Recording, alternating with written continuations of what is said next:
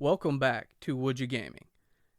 A couple weeks ago, there was a leak that revealed that a Game Boy, Game Boy Color, and Game Boy Advance emulator was being worked on or developed by Nintendo, and I thought it would be an interesting idea to go over some of the Game Boy Advance games that I would like to see come to the service, or some that might just interest me as a whole, and why I think those might be a good idea to come to the service, because we all know that eventually these things are going to come to the service. These games will be on that service at some time or another, because Nintendo, once they run out of Genesis and SNES and N64 games to throw on the service, they're going to move on to the next console. Or when they get down in the reeds and they get to the lower titles, the lower tier titles, they're going to have to do something to incentivize people to continue to pay for that subscription service, to stay subscribed to that. So we know eventually this would come. It may be sooner than later. I am hopeful of that, but I wanted to discuss more so the Game Boy Advance titles than the Game Boy and Game Boy Color. Because while I did play a good bit of the Game Boy, I had a Game Boy Pocket and then a Game Boy Color, I mostly played Pokemon titles on those systems. There were a couple of other games that I played, like Dragon Warrior 3, which was remade and ported to the Game Boy Color. But overall, I played a lot more games on the Game Boy Advance. That was the time frame when I was a little bit older. I had a little bit more of my own money, and I was able to explore and try out different titles. I didn't experiment with different titles as much on the Game Boy and Game Boy Color because, of course, I was reliant upon gifts, people giving me money during that time frame. I started to earn a little bit of my own money when I was more of a teenager and during the Game Boy Advance era. And of course, I tried a lot more out during that time frame. So I wanted to go over some of the titles that I hope that we do see, which I'm confident we'll see some of these without a doubt. I just wanted to go over some of those and discuss why I think they would be stellar titles for the service. And I don't know about you, but I can't wait until we get to the point when they actually roll out the Game Boy Advance service. I will definitely be signing up for that. I did not sign up during the N64 and Genesis because, be honest, there's not a whole lot on those consoles that I really would love to play. I played a heck of a lot of GoldenEye when I was a younger man with my grandma and all my cousins. We would have big tournaments in the living room on the big screen TV, trying to just take each other down or playing different modes. In GoldenEye, played Mario Party, stuff along those lines. But I don't view it as highly as I do the Game Boy. Don't get me wrong, there's some stellar titles on there, like the Zeldas, Majora's Mask, as I stated, Mario Party and GoldenEye, Star Fox in particular, but it just doesn't hold a special place in my heart like the Game Boy systems did, because I sank hundreds of hours into the Game Boy games, because we'd be going down the road, I'd be playing on Pokemon Blue or Yellow or Silver when they came out, and I just played a whole lot of those, and the system as a whole just holds a special place in my heart.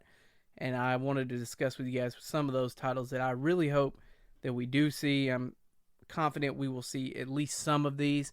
But before we dive into things, if you haven't already, follow us on one of our social platforms. We are on Twitter, Instagram, and TikTok, and YouTube as well, uploading pack openings for Pokemon cards. I've got to find my USB stick so I can import the videos from my PS4 and load them up on the PC, and I'm going to try to throw up some of my fights I've had in Elden Ring with some of those bosses that I might have thought were a little bit more interesting or had fun there.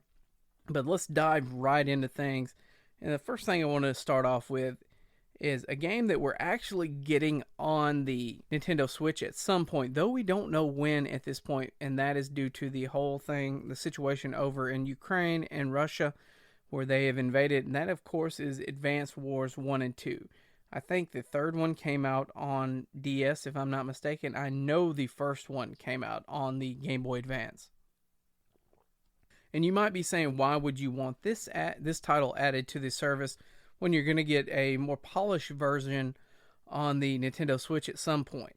Well, that's very simple. The art style in the original was fantastic. It looked to be a hand-drawn art style. I wasn't a huge fan of what they're doing with the newest one, the more, I don't know what you would call the style of those models they're doing. It's not a big problem, but to me, I really like the look of the original a little bit more. It just is a little bit more character to it. Though it might not be voice acted, you do have that beautiful hand-drawn art style, and I remember playing those games so much on my Game Boy Advance and then eventually on my Game Boy Advance SP. I don't know what ever happened to those. I probably traded it into GameStop like a dumb young man that I was. I would just like to see them bring this back and be able to play the original experience. I think 1 and 2, like I said, I think 1 and 2 are on the Game Boy Advance, and then I'm sure we'll eventually get a DS service somewhere down the road when Nintendo runs low on other titles to push out there.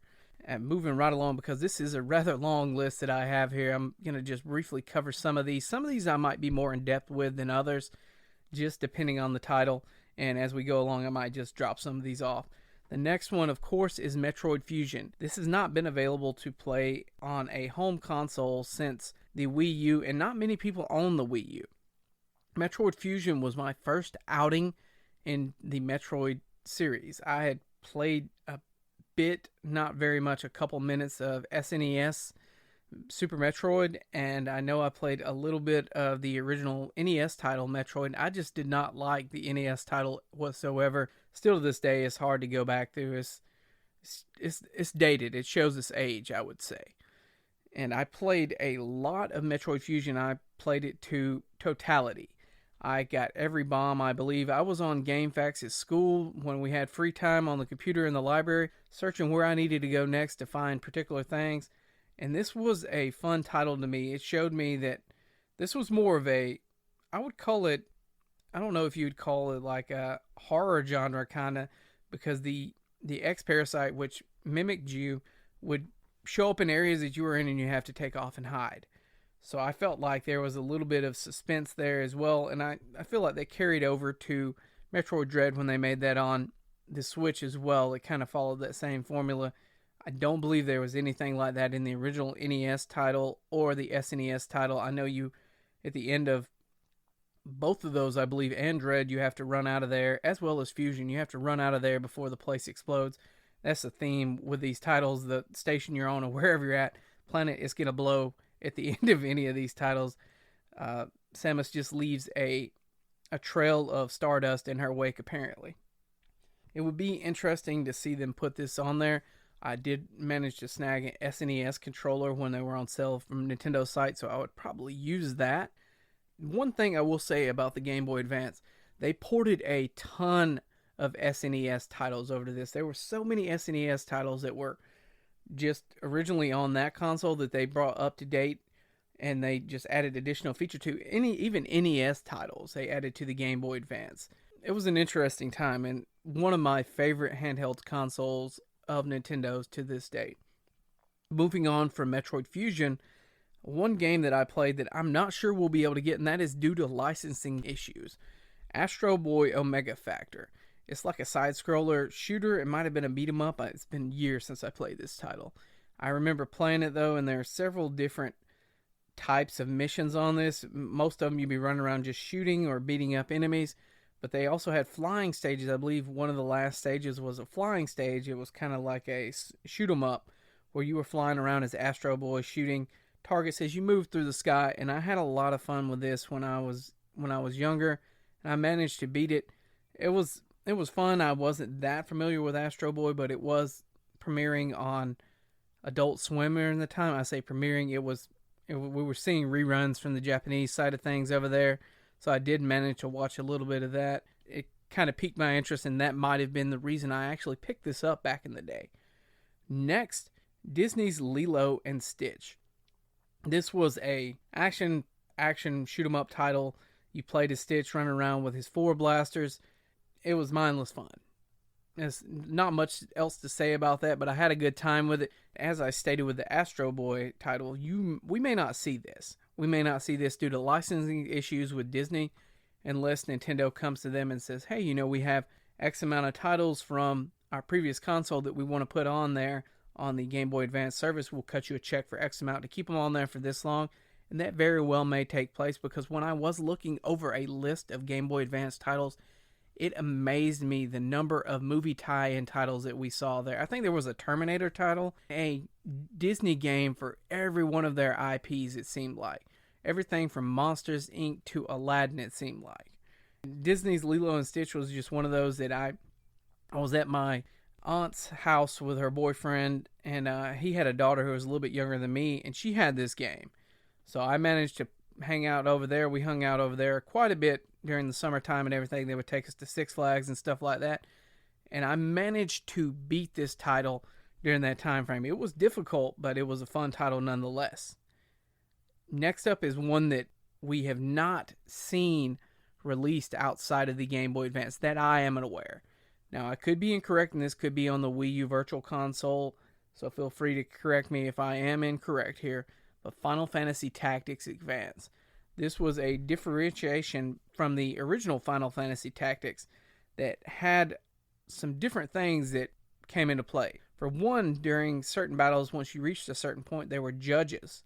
Basically, you would have certain rules to battles. Say you were a sharpshooter, or you used abilities, or an archer, or a mage. There would be 2 or 3 cards, if I am not correct, law cards as they were called, which would be active and like, okay, if you use this, there will be a penalty. If you use magic, there's a penalty. If you use pistols or skills, there's a penalty for that. And then as you progress later in the games, you would gain the ability to get cards that could overwrite those or change the rules to your advantage. It added a little bit more of an element, and it was a completely different story from the original Final Fantasy Tactics, and I would love to revisit this one day. I do not believe I was ever able to finish this and Final Fantasy Tactics, the original, or what cemented my love for those strategy RPGs such as Triangle Strategy Game. Can't help but hope that we do see these titles come forward in the future on modern consoles, because you can't even play Final Fantasy Tactics unless you have it on the PSP, of course, but that's not exactly ideal. I would love to be able to boot up my PS4 or my Switch and play these titles. I'd greatly appreciate that. So if Nintendo, if you can get on that, we would love that. Thank you. Next up is a series of games that is Final Fantasy 1, 2, 4, 5, and 6. I know they just had the Legacy Collection that released for mobile alone, but during the Game Boy Advance life cycle, they each had a remastering for the Game Boy Advance. I played through some of these, not the entirety of any that I recall. It's been so long that we're talking, what is 20 years ago now, so I can't entirely remember everything about it, but I remember I owned a couple of these, at least 1 or 2 of them. They were fun titles. They're JRPGs in the classic sense, turn-based combat. Nothing too fancy about it. If you're familiar with Final Fantasy, you know what to expect from these titles, and it would be nice if these were made available to us on a modern console. I'm not going to play them on mobile, and I'm kind of struck and awed by Square Enix's decision to just release this as a mobile version, and we haven't got a port to a console as of yet. Maybe one day they'll rectify that, but if not, maybe we get these on the Game Boy Advance service whenever it does eventually come about. Next, I wanted to discuss Gauntlet Dark Legacy, and I did not even know this was on the Game Boy Advance. You have to remember, this is a series that usually had 4-player local co-op, and they were big on the Gauntlet was big on the GameCube and N64. I played a lot of it with my friend Josh. We had a lot of fun with this. I hate that it fell to the wayside, because it was such a fun series. It's just like other things came about that improved upon the series to a greater deal. We're able to expound upon it and just put the series to bed, basically. They just smoked the competition, got rid of Gauntlet, and of course I believe that would have been Diablo. Diablo probably came about and took the place of this as the couch co-op that you could play with all your friends, because of course you had more attacks and there's more differentiation in the classes and everything. With Gauntlet, you had a level up system, but it was very sameish. You had your standard attack, your super attack, and I believe after you got to a certain level, you got a familiar that could fight alongside you. All they did was shot bolts out, but it was nice to have that additional assistance. I know they had a title on the PS4 because it was available as part of PSN, but it was not the same in the least, if you ask me. I didn't play a whole lot of it. I might have to go back and give it another try. Maybe I just had too much else on my plate to play during that time, and I didn't give it its fair time to shine and grow on me. I might need to go back and rectify that sometime in the future. It was amazing to me that this title was even on the Game Boy Advance, so it did not do well commercially or with reviews. From what I saw, it was pretty atrocious. But just the fact that they had a version of Gauntlet on the Game Boy Advance shows you they tried to throw everything on this system. If at all possible, it was going on there. It didn't matter if it played well or not, it was going on there. Next up is a title that I hold near and dear to my heart. It probably cemented my love for JRPGs more than any other title. And that title, of course, is Camelot's Golden Sun. Camelot is the company who has worked on many Mario sports titles, and they even made a sequel to this title, to the two original titles on the Game Boy Advance on the DS, but I don't think it lived up to the aspirations of the original two. The original two titles were set to be one title, but it was so large they had to split it in two. And I really wish that we would get a proper sequel to this and then have all of these available to us on the service, or those two available, the first two available to us on the service, and then the final one, whatever they decided to do with it, available on Switch or whatnot.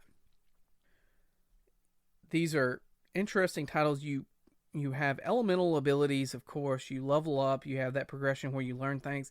The thing that was different about this is you had Jinn, Djinn. They were little creatures that you could get, and they all had different elements. There was fire, earth, air, and water.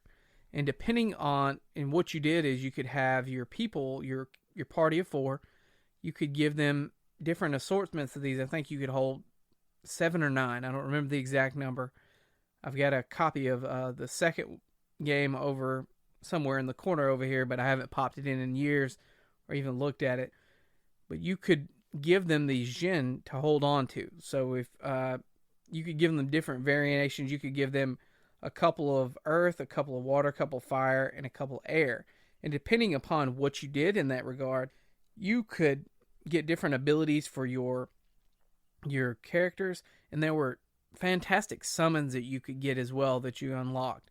And they would require that you had X amount of Jinn on a particular person for them to do that summon. I think Gaia was the earth one, and it was a giant dude with a lion hand that shot a ball out of it and like blew up a huge explosion on Earth. They were pretty cinematic for their time. If you go Google the summons from Golden Sun, Dark Ages, or Golden Sun, you'll see what I'm talking about. For this to be a handheld title, it seemed like they went all out and they put a lot of attention to detail to this. The pixel sprite art is just fantastic.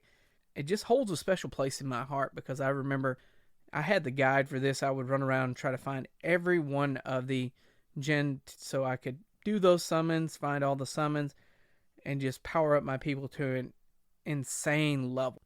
There was a lot you could do in this game, and it had a lot of room for you to play around. There was a lot of longevity to it.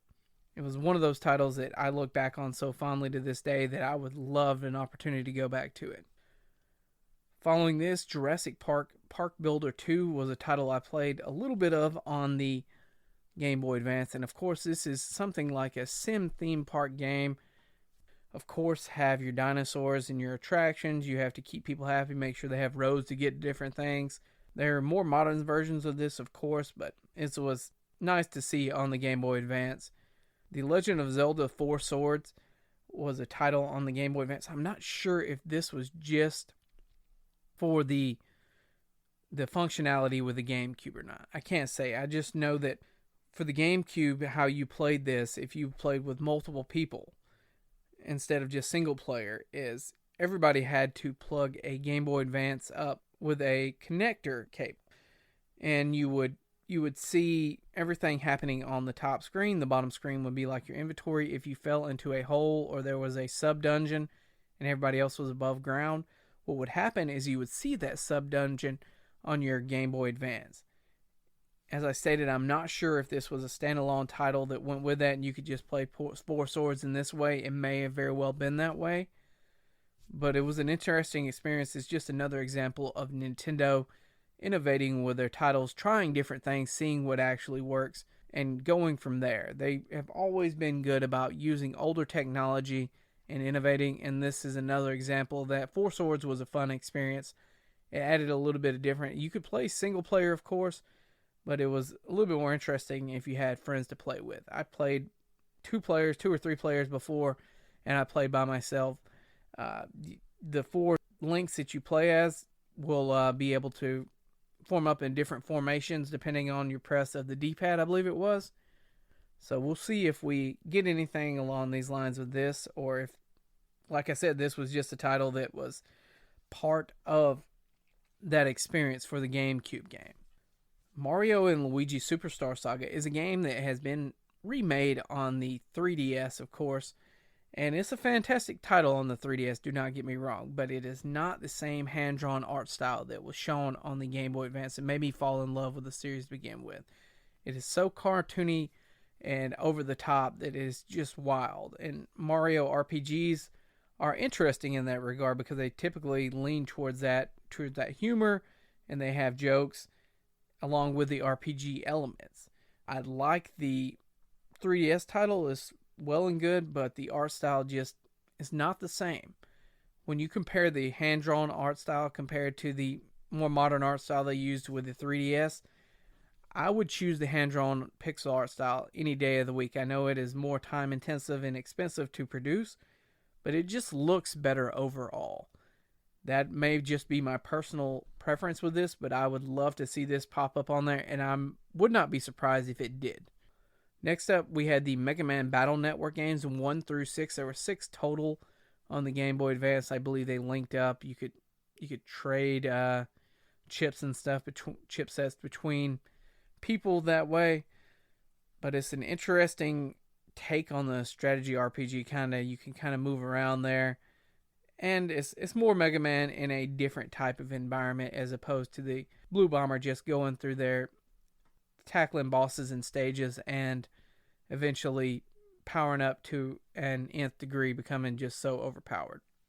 Pokemon Emerald, Fire Red, and Leaf Green are some that I would like to see come to the service as well. We had remakes of Omega Ruby with Omega Ruby and Alpha Sapphire. So we've seen those, but there has never been the 3rd version of Emerald, which I never played personally. I played Ruby and Sapphire when I was a younger man, and I played Fire Red as well. I had a lot of fun with those titles, Fire Red and Leaf Green, of course, being the remake of the originals, but there are so many other mechanics that have been added at this point. You would have thought we would have seen a proper remake of those in the newer style on the Switch, but I understand it is a shorter game. Maybe Nintendo doesn't expect it to sell that well because, of course, this was a $30 game back in the day. Now they, of course, will be trying to market it as a $60 premium. So they may be leaning towards that and saying, it may not be cost effective, might not be received so well. The original 151 is a very limited area. Personally, if we do get a remake, I hope they do silver, or gold and silver again, crystal as well. Gold, silver, and crystal. Do that again for me. I'll be happy. But in the meantime, you can give us Emerald, Fire Red, and Leaf Green on the Game Boy Advance service when it does pop up. Those are fantastic titles. The remakes of Fire Red and Leaf Green did so much more to bring the red and blue games up to date from where they were on the Game Boy title, because you have to remember, prior to this, there were no abilities. Natures did not exist. There was no special attack and special defense. It was just a lot. It was bare bones with the Kanto generation. And then when we came up to the Game Boy Advance, of course, and even with Gold and Silver, they added additional features. In Gold and Silver, I think they added Natures, Day and Night. And then when we finally made it up to the Game Boy Advance, of course, we got abilities and of the like. So there's a whole lot to be appreciated there. And it's not the same old ones that we got released on the DS eShop, or the 3DS eShop, where we had the original trilogy, red, blue, and yellow on there. I just feel like we need a more modernized version and way to play those games, and hopefully even import those titles via Pokemon Home to our Sword and Shield, Brilliant Diamond, Shining Pearls, Scarlet and Violet when they do release. I have to imagine that will happen sooner than later. The next Pokemon title I would like to see, which I'd never played before, was Pokemon Pinball Ruby and Sapphire. I never played this title. I like pinball as a whole. Metroid Prime Pinball is my favorite pinball game of all time. Sorry, Space Cadet, you got bumped down the list. I only had access to you during school, and I was able to pick up Metroid Prime Pinball. Never picked up the Rumble Pack with that, but nonetheless, I had a great time playing this game. I had a great time playing Metroid Prime Pinball. I have to imagine that Pokemon Pinball probably implements some features similar to Metroid Prime Pinball, where there are missions that you take on. In Prime Pinball, you would have to kill space pirates, shoot them down at specific points. I imagine with this, you'd probably be capturing Pokemon, because of course this is Pokemon, and let's just hope that when they do roll out the service, there is a plethora of some of these titles.